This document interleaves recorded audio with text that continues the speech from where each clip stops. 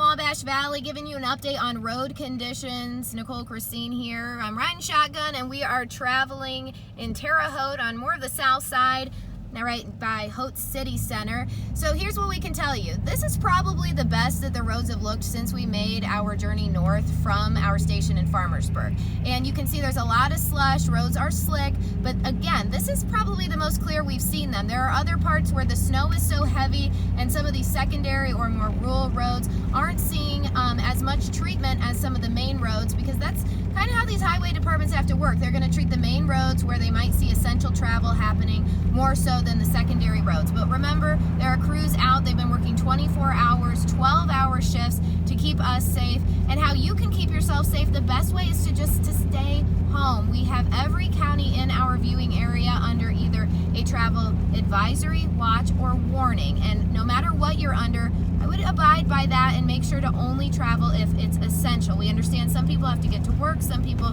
do need to go out on the roadways. So if you do, make sure that you're reducing your speed by at least, I'd say 10, 15 miles an hour less than what you would normally go, less than the speed limit, at least that. Be sure to leave plenty of room between you and the next car. If you do start to slide, we heard from Sergeant Matt Ames earlier today, just jamming on that brake is not the answer. So you want to take your foot off of the accelerator and be sure that you're not just jamming on the brake trying to get your car to stop. If you start to fishtail, you can move your steering wheel in the direction of how you're turning, and that'll help you a little bit too. But overall, just try to avoid any travel. If you want to go out sledding, it is kind of nice weather for that, but make sure that you're just walking over to maybe a neighbor's house or a hill nearby rather than trying to make the trek out here.